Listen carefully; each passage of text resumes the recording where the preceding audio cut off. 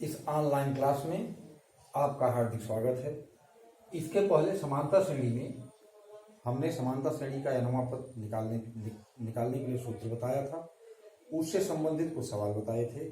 आज भी एक प्रश्न है कि यदि a1 a2 a3 an समांतर श्रेणी में है और an इज ग्रेटर देन 0 तो सिद्ध कीजिए कि 1/√a1 plus √a2 plus 1/√a2 plus √a3 plus dot dot 1/√an minus 1 plus √an is equal to n minus 1/√a1 plus √an। इसको हमें सिद्ध करना है।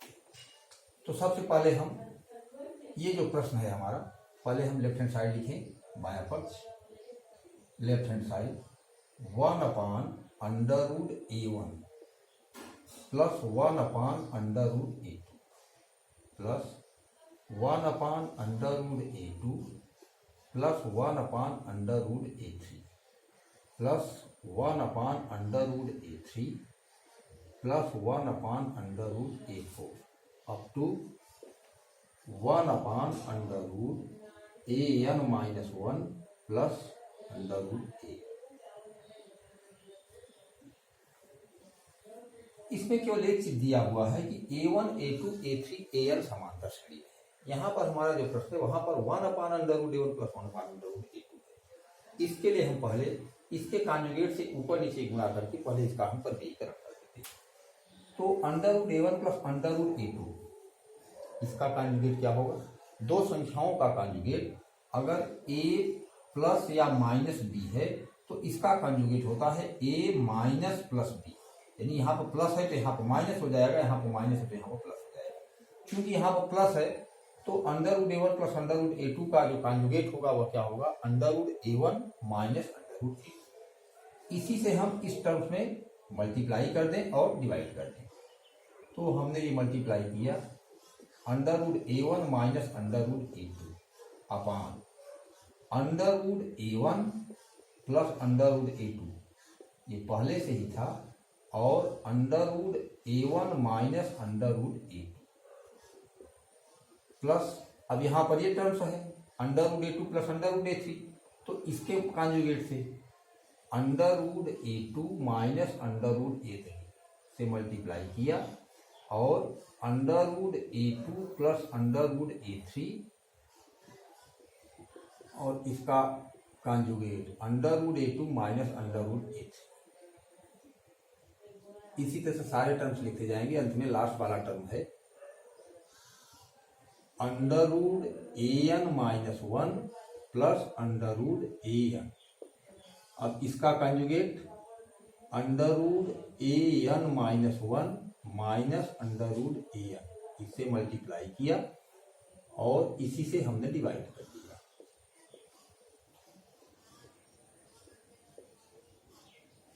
अब यहां पर एक ब्रैकेट में a प्लस b, दूसरे ब्रैकेट में a माइनस b है।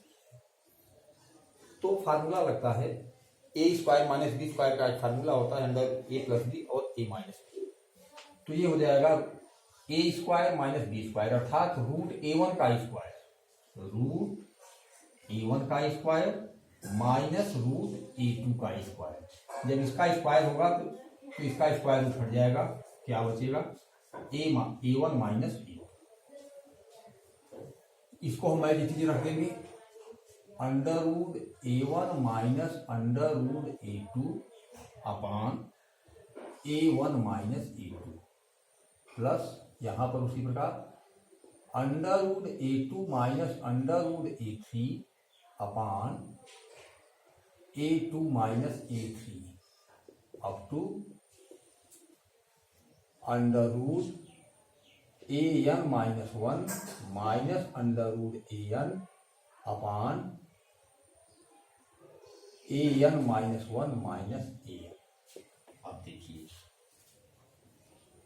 यहाँ पर a1 माइनस a2 है, यहाँ पर a2 माइनस a3 है, अर्थात पहले पद में से दूसरे पद को घटाया गया है। यहाँ पर दूसरे पद में से तीसरे पद को, यहाँ पर n माइनस 1वें पद में से nवें पद को घटाया गया है। अब इसके लिए आप थोड़ा सा प्रश्न में देखिए, प्रश्न दिया हुआ है यदि a1 a2 a3 an समांतर श्रेणी में है। क्योंकि a1 a2 a3 समांतर श्रेणी में है तो दूसरे टर्म्स में से फर्स्ट टर्म को घटाने पर हमें क्या मिलेगा, कॉमन डिफरेंस डी मिलेगा। तो जब हम a2 माइनस a1 करते हैं तो ये बराबर क्या होगा, d। इसी प्रकार a3 माइनस a2 करेंगे तो भी d होगा। यहां पर क्या है, a1 माइनस a2, तो इन दोनों में हम माइनस कॉमन ले लें। यदि माइनस कॉमन ले लेते हैं तो ये पॉजिटिव हो जाएगा और ये निगेटिव हो जाएगा, बराबर d। इसमें भी माइनस कॉमन ले लें तो a2 माइनस a3। इसका मतलब ये कि a1 माइनस a2 के स्थान पर हम क्या लिख सकते हैं, माइनस d लिख सकते हैं। a1 माइनस a2 के स्थान पर माइनस d। इसी प्रकार a2 माइनस a3 के स्थान पर हम क्या लिख सकते हैं, माइनस d लिख सकते हैं। ठीक, तो लिख दीजिए under root a1 minus under root a2 upon minus d plus under root a2 minus under root a3 upon minus d plus under root an minus 1 minus under root an upon minus d।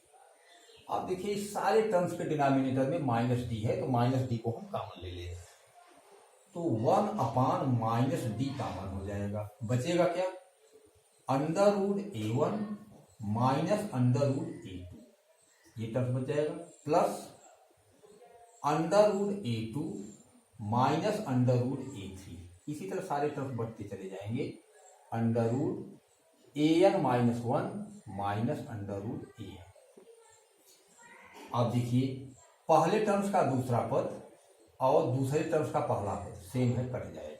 इसी तरह ये इससे cut जाएगा, ये भी cut जाएगा। बचेगा क्या, केवल फर्स्ट टर्म बचेगा और लास्ट टर्म बचेगा। माइनस 1 अपान डी यहां पर बचेगा under root a1 minus under root an। अब प्रश्न को देखते हुए हमें सिद्ध क्या करना है, root a1 plus under root an, और यहां पर क्या है, root a1 minus under root an। अब पुनः हम इसी के कॉन्जुगेट से ऊपर नीचे मल्टीप्लाई करते हैं, multiply by under root a1 plus under root an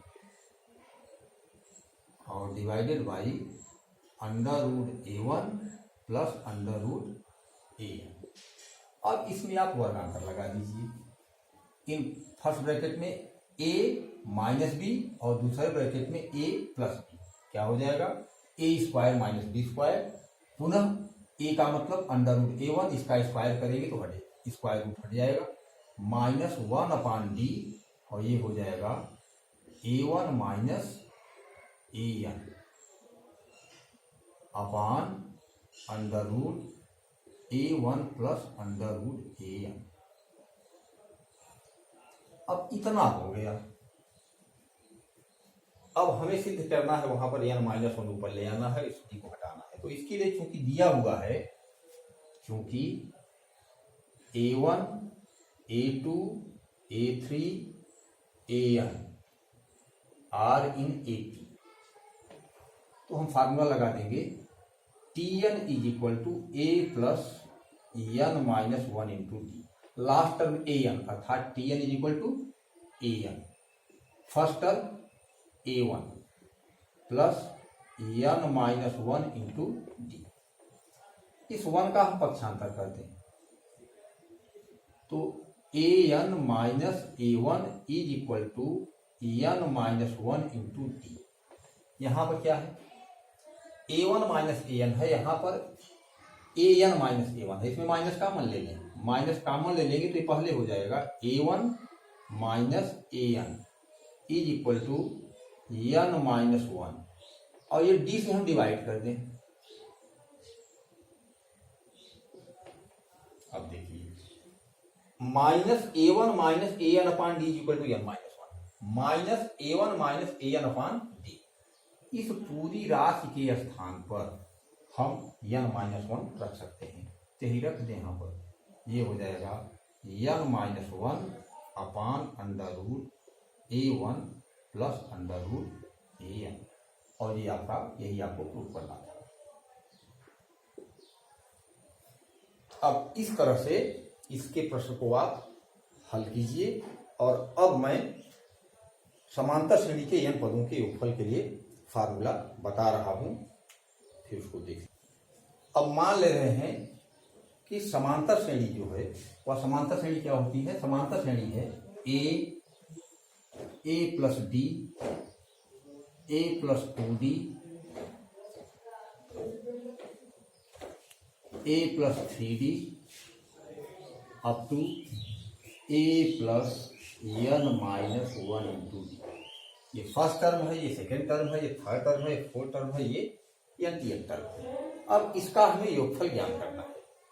इसका योगफल ज्ञात करने के लिए सबसे पहले हम योगफल का पहलाक्षर इंग्लिश अक्षर सम होता है, यस, उसको यस से डिनोट करते हैं। तो यह पदों के योगफल को हम यस से डिनोट करते हैं। यस बराबर A plus D plus A plus 2d plus up to A plus n minus 1 into D.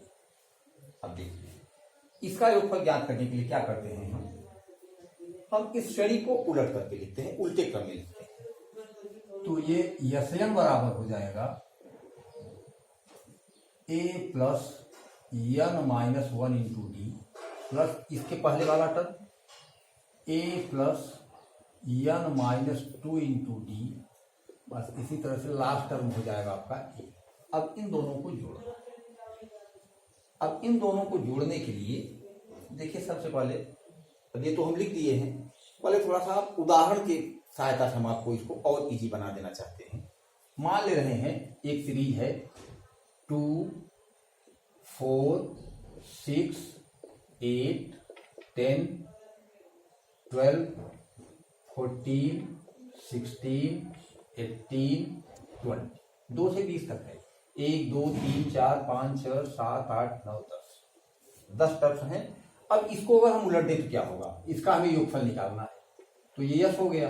अब पुनः यस, श्रेणी को उलट दीजिए 20, फिर उसके पहले 18, 16 अप टू 2, इसके पहले 4, इसके पहले 6। अब जरा प्रत्येक टर्म्स को जोड़िए, यस और यस मिलकर के 2 यस हो जाएगा। 20 और 2 22, 18 और 4 22, 16 और 6 22।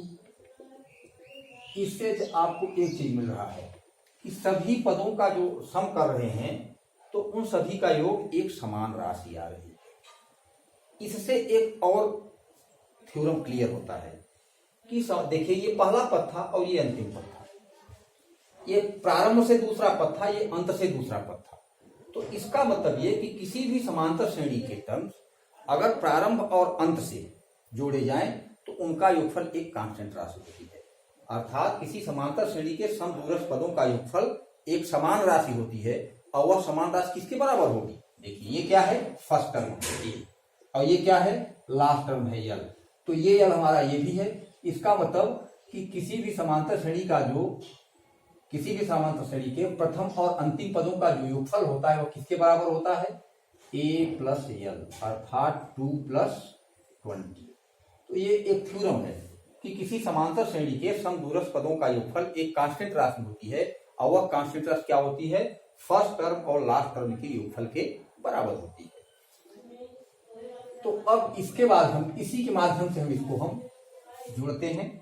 अब इसको जोड़ देंगे तो यस और यस मिलकर के 2 हो जाएगा। ए और ए मिलकर के 2a हो जाएगा plus n minus 1 into D. अब ए और ए मिलकर के 2a हो जाएगा प्लस डी यहां पर है, n माइनस 2d यहां पर, तो इसमें डी हम कॉमन ले लें तो यहां पर क्या बच जाएगा? 1 प्लस n माइनस 2। इसी तरह से ए और a 2a plus n minus 1 into d. 2s n is equal to 2a plus n minus 1 into d. एक टर्म हो गया, यह हो जाएगा 2a प्लस n माइनस 2 में से 1 घट जाएगा, माइनस में बचेगा, तो n माइनस 1 इंटू डी, ये दूसरा टर्म हो गया। इसी तरह से ये हो जाएगा 2a plus n minus 1 into D. अब देखिए वहां पर हमने दिखाया था कि 2 और 20 मिलकर के 22, यानी प्रत्येक पद में 22 टर्म्स से आ रहे थे। तो यहां पर भी प्रत्येक टर्म्स में 2a plus n minus 1 into D आ रहे हैं। कितने पदों को हमने जोड़ा है, क्योंकि यहां से लेकर के यहां तक कितने टर्म्स हैं, n टर्म्स है। तो ये भी कितना है, n टर्म्स है, ये भी कितना है, n टर्म्स है। अब अगर हम 5 को, जैसे मान लीजिए 5 है और 5 को अगर हम 4 बार जोड़ें, तो 5 को 4 बार जोड़ने का मतलब है कि 5 में हम 4 से मल्टीप्लाई करते हैं। ठीक उसी प्रकार 2a plus n minus 1 into D को हम n बार हमें जोड़ना है, जिसका मतलब क्या है कि 2a plus n minus 1 into D में हम n से मल्टीप्लाई करते हैं, उसका सम वही आएगा। तो 2sn is equal to n into 2a plus n minus 1 into d. हमें Sn निकालना है, तो Sn is equal to n upon 2a plus n minus 1 into D. ये हमारा समांतर श्रेणी के n पदों के योगफल का फार्मूला हो गया। अब यहाँ पर सब नोटेशन आपको मालूम है, a क्या है, फर्स्ट टर्म है, d क्या है, कॉमन डिफरेंस है, n क्या है, नंबर ऑफ टर्म्स है, और Sn क्या है, उसका योगफल है। अब इसी के माध्यम से एक फार्मूला और आपका बन जा रहा है। देखिए Sn बराबर n अपान 2, आप इसको 2a को ब्रेक कर दीजिए, a plus n minus 1 into D. अब ये जो a plus n minus 1 into D है, यह क्या है, यह nth टर्म है या लास्ट टर्म है, इसको हम l से रिप्रेजेंट करते हैं। तो Sn बराबर n upon 2 a plus n, यह भी फार्मूला है। यह फार्मूला कब अप्लाई होगा, जब कॉमन डिफरेंस आपको नहीं दिया रहेगा, केवल 3 राशियां दी रहेंगी, फर्स्ट टर्म दिया रहेगा, l दिया रहेगा और n दिया रहेगा, तो हम Sn का फार्मूला सीधे यहां से लगा सकते हैं कि Sn बराबर n upon 2 a plus n, और ये हमारे n पदों का योगफल हो गया। अब बस आज इसको यहीं पर समाप्त करते हैं, फिर अगला इसके प्रश्न अगले वीडियो में।